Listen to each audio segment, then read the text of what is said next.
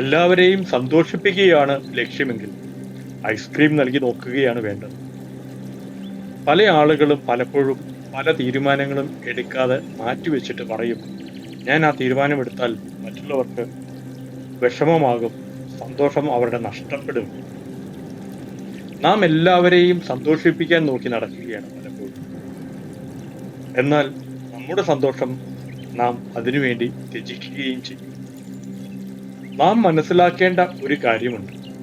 നമുക്ക് എല്ലാവരെയും എല്ലായ്പ്പോഴും സന്തോഷിപ്പിക്കാൻ സാധ്യമല്ല. നമ്മുടെ പരമമായ ലക്ഷ്യം നമുക്കെന്താണോ ജീവിതത്തിൽ വേണ്ടത് അതിലേക്കുള്ള യാത്രയിൽ തുടരുക എന്നതാണ്. അതല്ലാതെ മറ്റുള്ളവരെ സന്തോഷിപ്പിക്കുക എന്നത് നമ്മുടെ ജീവിതപഥമാക്കിയാൽ അവരും സന്തോഷിക്കില്ല, നമ്മളും സന്തോഷിക്കില്ല. ഈ ചിത്രത്തിൽ കാണുന്നത് പോലെ മറ്റുള്ളവരെ സന്തോഷിപ്പിക്കുകയാണ് അല്ലെങ്കിൽ അതാണ് നിങ്ങളുടെ ജീവിതം. ഇനിയെങ്കിലും എല്ലാവരെയും സന്തോഷിപ്പിക്കുക എന്ന ലക്ഷ്യത്തിൽ നിന്ന് മാറി നമ്മെ സന്തോഷിപ്പിക്കുക എന്ന ലക്ഷ്യത്തിലേക്ക് നമുക്ക് തിരികെ വരും.